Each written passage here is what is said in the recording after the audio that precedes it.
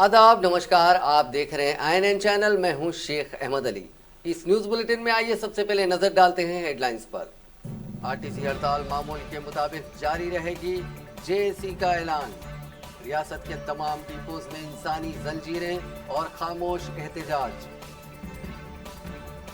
वजीर पंचायत एरावली दयाकर राव कार हादसे में बाल बाल बचे, लेकिन उनके सिक्योरिटी गार्ड और सोशल मीडिया इंचार्ज की मौत। महाराष्ट्र में फडणवीस हुकूमत पर सुप्रीम कोर्ट पीर के रोज करेगी फैसला, सभी दस्तावेजात की तलबी। अयोध्या फैसले के बाद मुल्क नए इरादों के साथ आगे चल पड़ा, मन की बात प्रोग्राम में वजीर आजम नरेंद्र मोदी का दावा। और दूसरे और आखिरी टेस्ट मैच में बांग्लादेश को एक इनिंग्स और 46 रनों से शिकस्त देकर टीम इंडिया ने बनाया नया आलमी रिकॉर्ड। अब खबरें तफसील से। आरटीसी वर्कर्स की जॉइंट एक्शन कमेटी के कन्वीनर अश्वत्थामा रेड्डी ने वाजे कर दिया है कि मुलाजिमीन की हड़ताल मामूल के मुताबिक जारी रहेगी। उन्होंने रियासत के तमाम डिपोज के सामने आज मुनज़्ज़म करदा इंसानी जंजीर खामोश एहतजाज को कामयाब करार दिया। महात्मा गांधी बस स्टेशन में जेसी के कायदीन के साथ इजलास में हड़ताल के मुस्तकबिल के लाहे अमल पर तबादला ख्याल किया गया। बाद मीडिया से बात करते हुए उन्होंने कहा कि 51वें दिन भी हड़ताल जारी रही, जिस पर इन्होंने तमाम हड़ताली मुलाजिमीन और जेएसी के कायदीन से इजहार तशक्कुर किया। उन्होंने कहा कि पीर को तमाम डिपोज, बस स्टैंड्स, अहम मकामात पर आरटीसी बचाओ एहतजाज मुनक़िद किया जाएगा। मुलाजिमीन की जेएसी की जानिब से आज खामोश एहतजाज का अहतमाम किया गया था। इस एहतजाज में आरटीसी की खातून मुलाजिमीन ने हिस्सा लिया, जिनके हाथों में प्ले कार्ड्स थे। इन प्ले कार्ड्स में आरटीसी को बचाने का मुतालबा किया गया।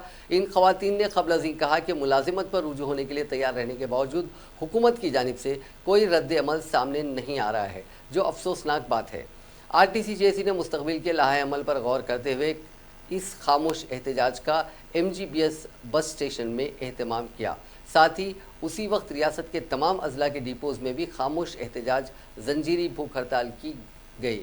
रियासत भर में प्रोफेसर जयशंकर के मुजस्मे पर फूल निछावर किए गए और आरटीसी के महलूक मुलाजिमीन को खराज पेश किया गया। दूसरी तरफ पुलिस की भारी जमीयत डिपोज में तैनात कर दी गई ताकि किसी भी किस्म की नाकाहानी को रोका जा सके। इन वर्कर्स ने मीडिया से बात करते हुए हुकूमत से मुतालबा किया कि बगैर किसी शर्त के उनको मुलाजिमत पर फौरी वापस लिया जाए। उन्होंने ख्वाहिश की कि वज़ीर आला के चंद्रशेखर राव फौरी तौर पर उनके मसाइल को हल करते हुए मुलाजिमत पर उनको वापस लें।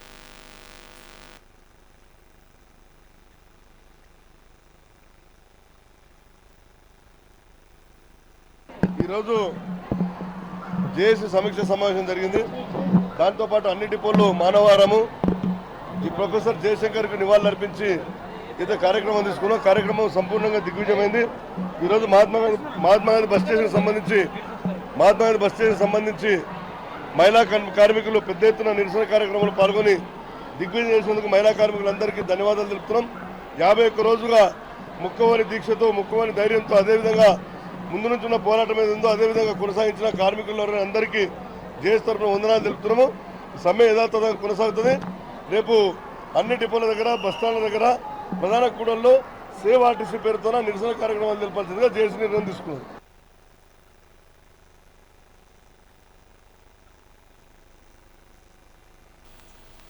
हैदराबाद में आज सिटी बस हादसे का शिकार हो गई, ताहम बस में सवार मुसाफिरीन करिश्माती तौर पर महफूज रह गए। सिकंदराबाद से जनरल बाजार की तरफ जाने वाली बस चिंतल में शाह थिएटर के पास डिवाइडर पर चढ़कर इलेक्ट्रिक पोल और दरख्त से टकरा गई। ज़राए के मुताबिक सड़क के दरमियान खड़े हुए ऑटो को बचाने की कोशिश में ये हादसा पेश आया। बस में करीब 50 मुसाफिरीन सवार थे। हादसे में उन्हें कोई नुकसान नहीं पहुंचा। ताहम हादसे के बाद स्टैटिक पर ट्रैफिक जाम हो गया।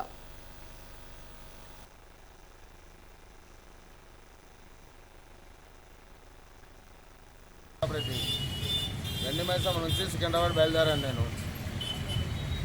చింతల్ దాటేసి గణేష్ నగర్ వచ్చే లోపల ఆటో ముందర వెళ్తుంది, అతను ఇంకా బైక్ అతను వెళ్తున్నాడు। ఆటో అతను కట్టుకోవటాలకల్లా బైక్ అతను కింద పడిపోయాడు సెంటర్ రోడ్లో। అతన్ని కాపాడబోయి నేను రైట్ సైడ్ వెళ్ళి పోల్ని కొట్టేశాను। దీనివల్ల ఎవరికి ప్రాణ నష్టం, ఎలాంటి హాని జరగలేదు।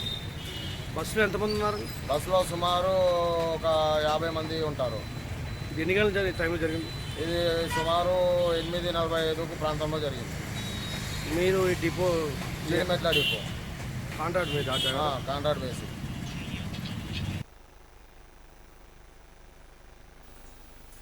आरटीसी मुलाजिमीन की हड़ताल के दौरान ही एक हड़ताली मुलाजिम वजीफ़े हुस्न खिदमत पर सबुकदोश हो गए, जिन्हें हड़ताली मुलाजिमीन ने एक तकरीब में तहनीत भी पेश कर दी। तफसीलात के मुताबिक साबिक़ ज़िले महबूबनगर के अच्चमपेट डिपो में मैकेनिक की हैसियत से खिदमत अंजाम देने वाले एस राव हफ्ते के रोज़ वजीफ़े पर सबुकदोश हो गए। उनके साथियों ने बताया कि 30 साल तक आरटीसी में खिदमत अंजाम दी और 5 अक्टूबर से शुरू होने वाली आरटीसी मुलाजिमीन की हड़ताल में शामिल हुए थे और तकरीबन 50 दिन तक हड़ताल के बाद वो 23 नवंबर को रिटायर हुए। बताया गया है कि अच्चमपेट में आरटीसी बचाव प्रोग्राम के दौरान साथी मुलाजिमीन ने के.एस. राव को फूल और शाल पहनाते हुए उनकी 30 साला खिदमत को खिराज तहसीन पेश किया।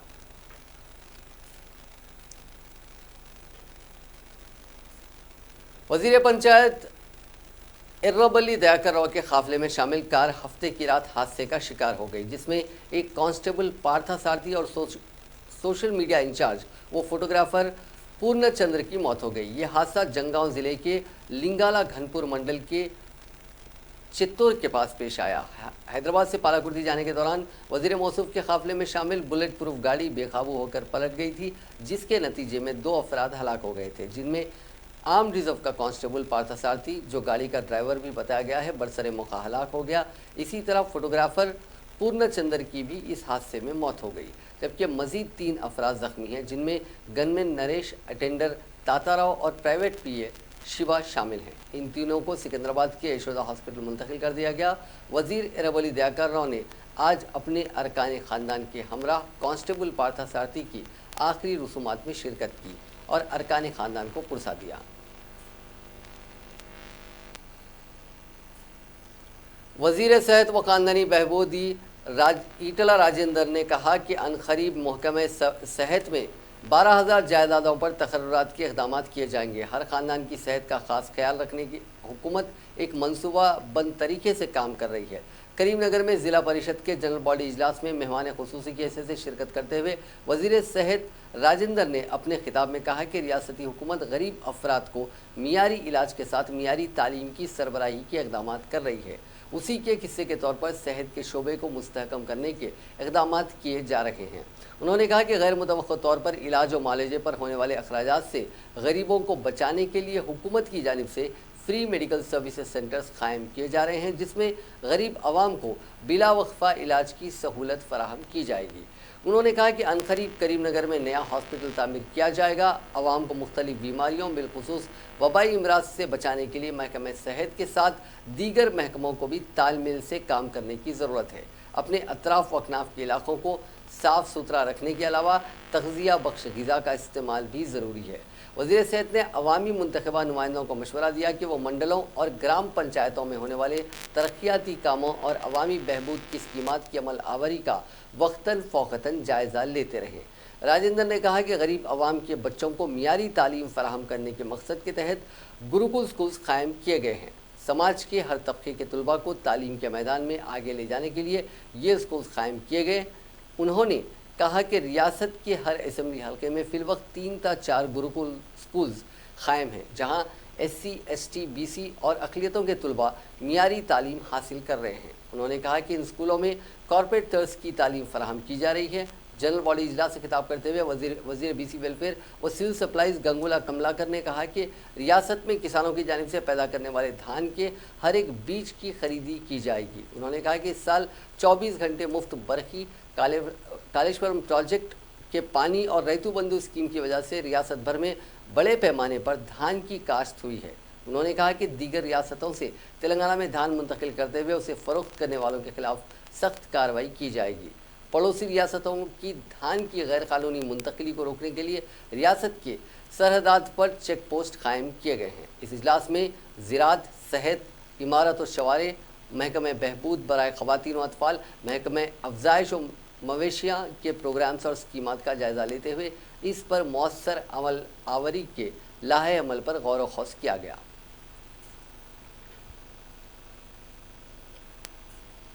रियासती वजीर इमारत और शवारे प्रशांत रेड्डी ने इतवार की दोपहर अर्रम मंजिलता एलबी नगर स्टेशन हैदराबाद मेट्रो ट्रेन में सफ़र किया। उन्होंने ट्रेन में ठहरकर अपना सफ़र मुकम्मल किया और मुसाफिरीन से हैदराबाद मेट्रो रेल लिमिटेड की जानिब से फराहम की जाने वाली सहूलतों के सिलसिले में तबादला ख्याल किया। इस मौके पर मुसाफिरीन ने मुस्बित राय जाहिर की और कहा कि वो मेट्रो रेल की खिदमत से मुतमईन हैं।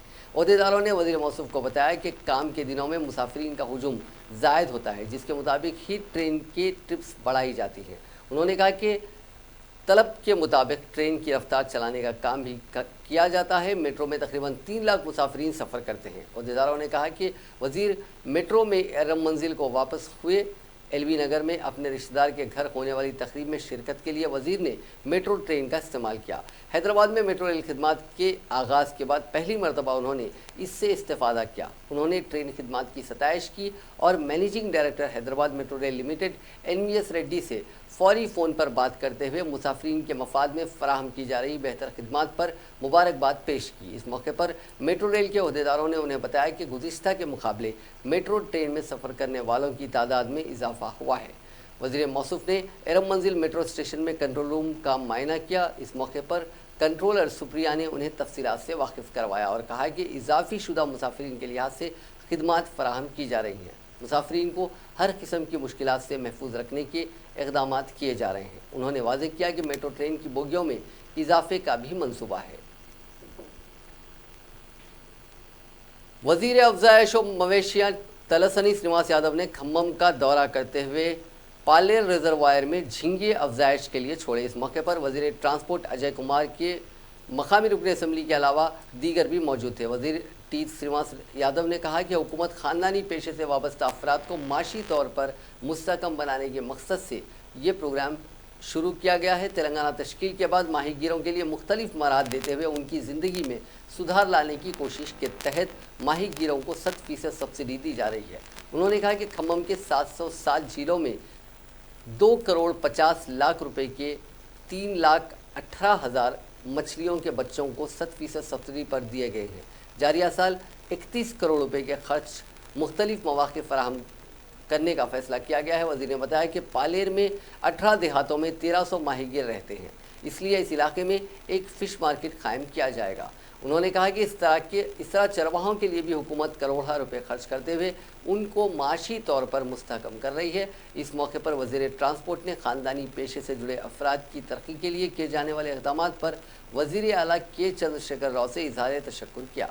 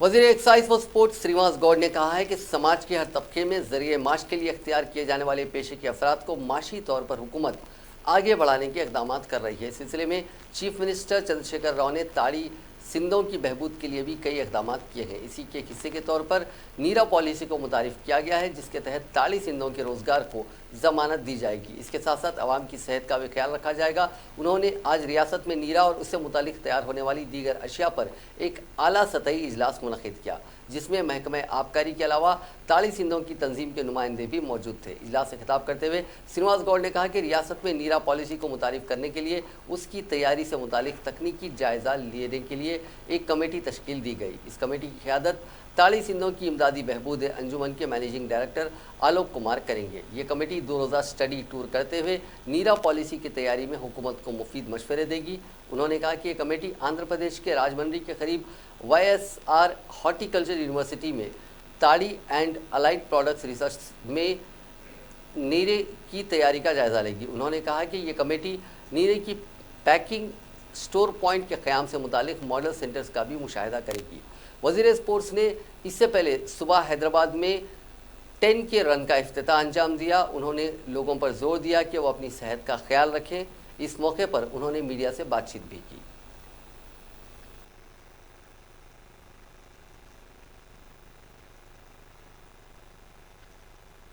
హైదరాబాద్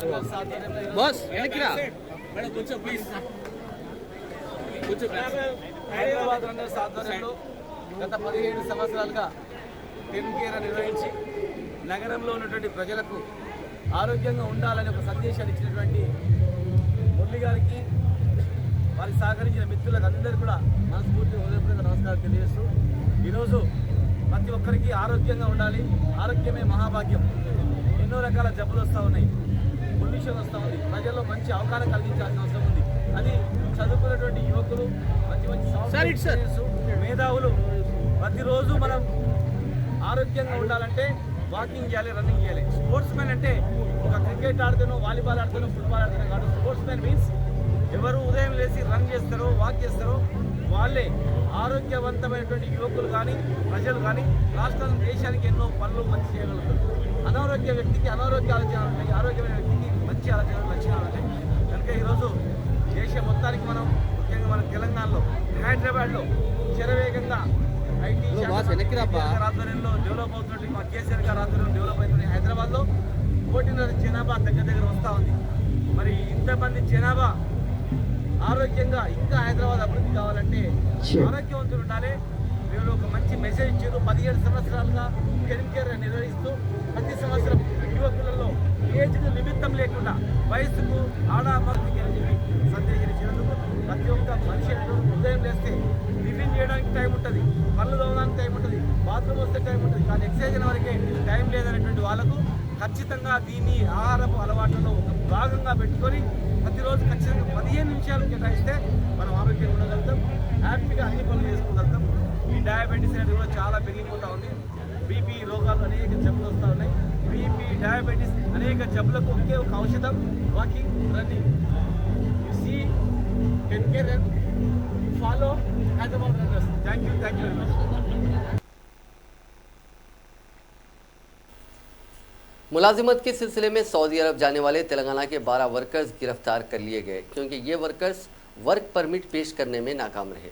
दुबाक से ताल्लुक़ रखने वाले राजू ने कहा कि वो 5 साल पहले एजेंट के ज़रिए सऊदी अरब गया था, जहां हर एक साल काम का परमिट दिया गया था। 1 साल के लिए काम करने के बाद भी कई मरतबा की कोशिशों के बावजूद राजू अपना वर्क परमिट की तजदीद करवाने में नाकाम रहा। उसने कहा कि तजदीद में नाकामी पर इस मुल्क में क़याम गैर कानूनी हो गया है। राजू ने कहा कि तमाम वर्कर्स को तनख्वाहें अदा नहीं की गई और जारिया साल जनवरी से काम रोक देने की ख्वाहिश की गई। दीगर वर्कर्स का ताल्लुक निज़ामाबाद, सिरसिल्ला, कामारेड्डी और जगतियाल से है। इन तमाम का भी कहना है कि उन्हें हिंदुस्तान वापस भेजा जाए, ताहम उनकी कंपनी ने इस सिलसिले में कोई दिलचस्पी जाहिर नहीं की। कुवैत से ताल्लुक़ रखने वाली समाजी जहदकार शाह सैयद ने सोशल मीडिया के ज़रिए इन वर्कर्स की परेशानी से वाकिफ़ करवाया। उन्होंने हिंदुस्तानी सिफारत खाने के इल्म में इस बात को लाया।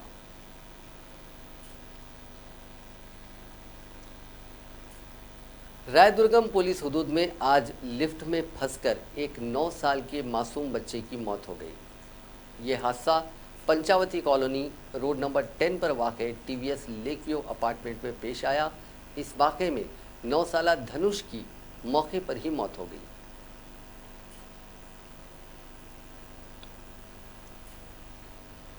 तेलंगाना रियासती हुकूमत ने ग्राम पंचायतों के हुदूद में भी लेआउट रेगुलराइजेशन स्कीम LRS को मुतारिफ कराने का मंसूबा बनाया है। अब तक हुकूमत ने शहरों और टाउन्स में LRS स्कीम को मुतारिफ करवाते हुए अराजियात को बाकायदा बनाने के अमल को अंजाम दिया था, लेकिन अब ग्राम पंचायतों में भी इस स्कीम को मुतारिफ करने पर गौर किया जा रहा है।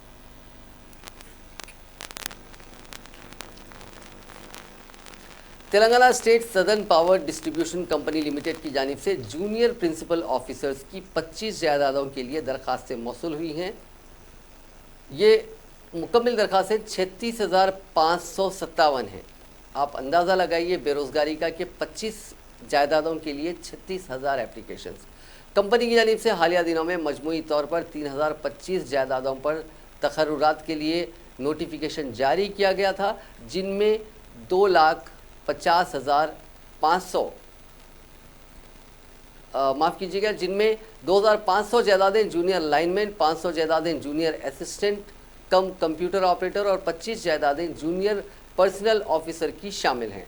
जूनियर पर्सनल ऑफिसर और जूनियर लाइनमैन की जायदादों के लिए दरखास्तें दाखिल करने की आखिरी तारीख 10 नवंबर को ख़त्म हो गई और junior assistant cum computer operator की जायदादों के लिए दरखास्तें दाखिल करने की आखिरी तारीख 20 नवंबर थी। कंपनी के ज़राए के मुताबिक 25 जूनियर पर्सनल ऑफिसर की जायदादों के लिए 36,557 दरखास्तें मौसूल हुई। इसी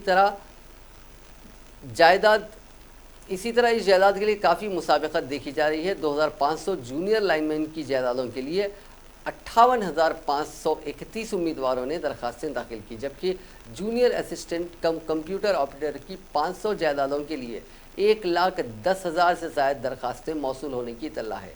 इस तरह southern power distribution company limited की 3,025 जायदादों के लिए 2 लाख से ज़्यादा दरखास्तें मौसूल हुई हैं। कंपनी के ज़राए ने मज़ीद बताया कि जूनियर लाइनमैन और जूनियर पर्सनल ऑफिसर की जायदादों के लिए 15 दिसंबर को तहरीरी इम्तिहान मुनक़िद होने वाला है। इसी तरह junior assistant cum computer operator की जायदादों के लिए 22 दिसंबर को तहरीरी इम्तिहान होगा।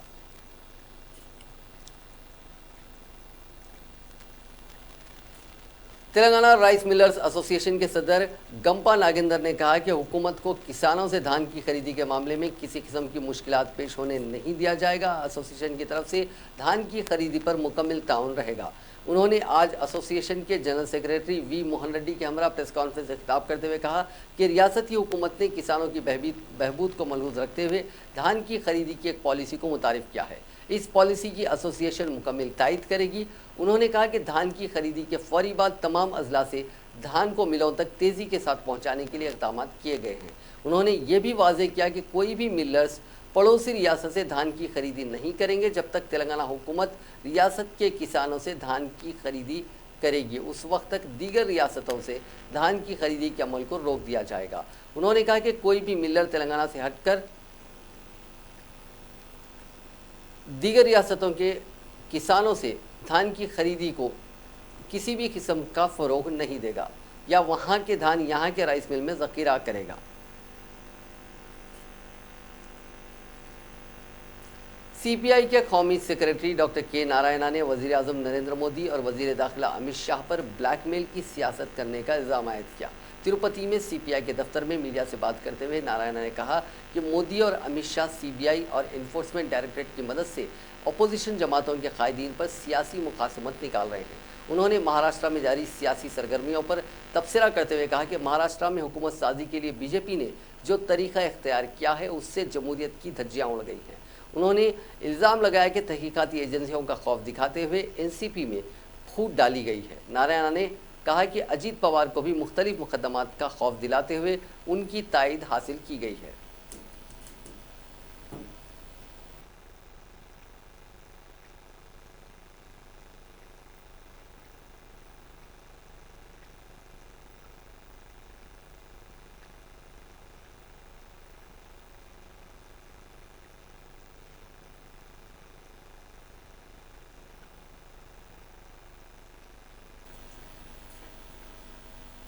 महाराष्ट्र में फडणवीस की क़यादत वाली हुकूमत बनाने पर शिवसेना, एनसीपी और कांग्रेस की गवर्नर के हुक्म के खिलाफ दायर अर्जी पर इतवार के रोज़ समाअत हुई।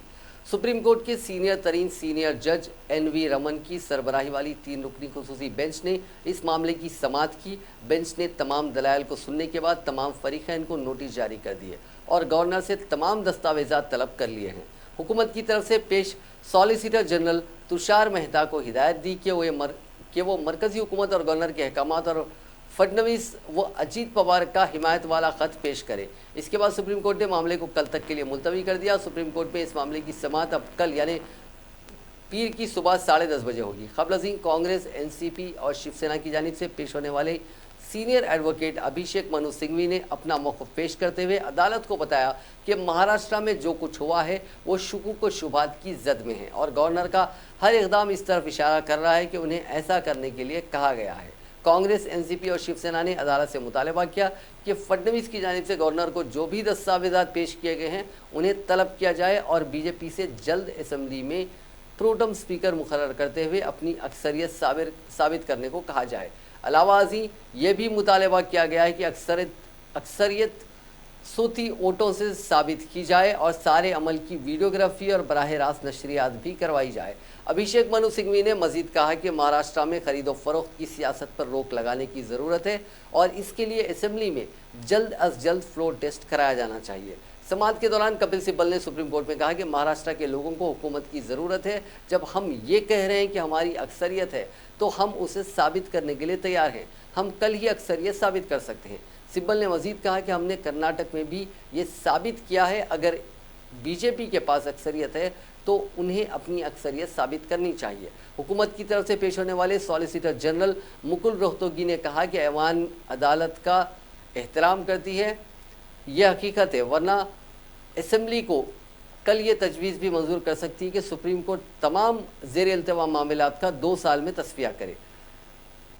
3 दिन का वक्त भी दिया जा सकता है। उन्होंने अदालत में कहा कि गवर्नर को इस्तिस्ना हासिल है, वो जिसे चाहे वज़ीर आला का हलफ दिलवा सकते हैं। अब तो फ्लोर टेस्ट ही होगा। इस पर जस्टिस रमना ने कहा कि हर चीज़ के लिए कानून मुकर्रर है, उसूल तय हैं।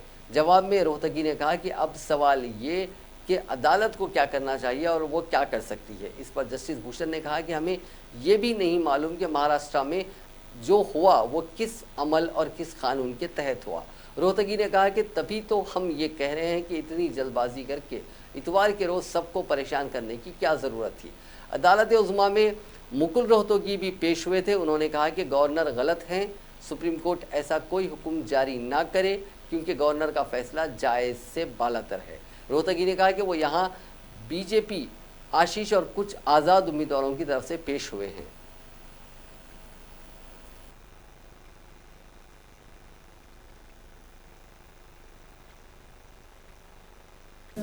आज सुप्रीम कोर्ट उच्चतम न्यायालय ने तीनों राजनीतिक दलों, भारतीय राष्ट्रीय कांग्रेस, शिवसेना और राष्ट्रवादी कांग्रेस पार्टी, उनके पिटीशन को और अदालत ने सरकार को, मुख्यमंत्री और सबको नोटिस देते हुए ये आदेश दिया है कि कल तक जो letter of support Devendra Fadnavis ji ने और अजीत पवार जी ने गवर्नर महाराष्ट्र को दिया था, जिसके आधार पर उन्हें सरकार बनाने को निमंत्रण दिया है, उसे अदालत के सामने कल 10:30 बजे पेश किया जाए। कांग्रेस पार्टी, राष्ट्रवादी कांग्रेस पार्टी और उनके साथ शिवसेना, तीनों के संयुक्त पिटीशन। दुनिया की नंबर 1 टीम हिंदुस्तान ने तेज गेंदबाजों उमेश यादव और ईशांत शर्मा की शानदार गेंदबाजी से बांग्लादेश को दूसरे और आखिरी क्रिकेट टेस्ट के तीसरे ही दिन पहले सेशन में इनिंग्स और 46 रनों से शिकस्त देकर लगातार 4 टेस्ट इनिंग्स से जीतने का नया आलमी रिकॉर्ड बना लिया है। हिंदुस्तान ने इस सीरीज को 0-2 से क्लीन स्वीप किया। कोलकाता के एडन गार्डन पर गुलाबी गेंद से खेले गए दोनों टीमों के पहले तारीखी डे नाइट टेस्ट को जीतकर टीम इंडिया ने नई तारीख रकम कर दी। बांग्लादेश ने पहली इनिंग्स में 106 रन बनाए थे, जबकि हिंदुस्तान ने 347 रन बनाकर पहली इनिंग्स में 241 रन की बढ़तरी हासिल कर ली। मेहमान टीम दूसरी इनिंग्स में 41.1 ओवरों में 195 रन पर सिमट गई। हिंदुस्तान की इनिंग्स से लगातार ये चौथी जीत है और वो इस कारनामे को अंजाम देने वाली दुनिया की पहली टीम बन गई है। हिंदुस्तान ने जनूबी अफ्रीका से आखिरी 2 टेस्ट इनिंग्स से और अब बांग्लादेश से 2 टेस्ट इनिंग्स से फतेह हासिल कर ली है। हिंदुस्तान ने अब तक लगातार 7 टेस्ट जीत लिए हैं, जबकि इसने इसके साथ ही सीरीज क्लीन स्वीप की हैट्रिक भी कर ली है। हिंदुस्तान ने वेस्ट इंडीज़ को 0-2 से, जनूबी अफ्रीका को 0-3 से और बांग्लादेश को 0-2 से हराया। विराट कोहली की कप्तानी में टीम इंडिया की ये 33वीं जीत है और वो दुनिया के 5वें सबसे कामयाब कप्तान बन गए हैं। हिंदुस्तान ने माफ कीजिएगा, हिंदुस्तान ने जनूबी अफ्रीका को पुणे में इनिंग्स और 137 रन से और रांची में इनिंग्स और 202 रन से, और अब बांग्लादेश को इंदौर में इनिंग्स और 130 रन से और कोलकाता में इनिंग्स और 46 रन से शिकस्त दी। बांग्लादेश ने कल के 6 विकेट पर 152 रन से आगे खेलना शुरू किया और मुशफ़िक़ुर रहमान ने 59 रन से अपनी इनिंग्स को आगे बढ़ाया। बांग्लादेश के बाकी विकेट 43 रन का इजाफा करके गए।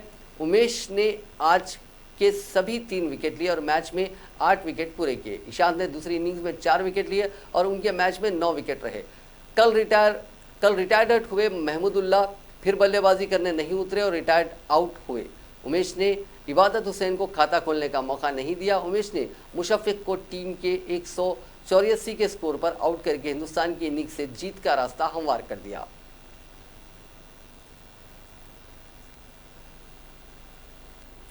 नाजरीन, आखिर में एक बार फिर से नजर डालते हैं हेडलाइंस पर। आरटीसी हड़ताल मामूल के मुताबिक जारी रहेगी, जेएसी का ऐलान। रियासत के तमाम डिपोज में इंसानी जंजीरें और खामोश एहतजाज। वजीर पंचायत एर्रवली दयाकर राव कार हादसे में बाल बाल बचे, लेकिन उनके सिक्योरिटी गार्ड और सोशल मीडिया इंचार्ज की मौत।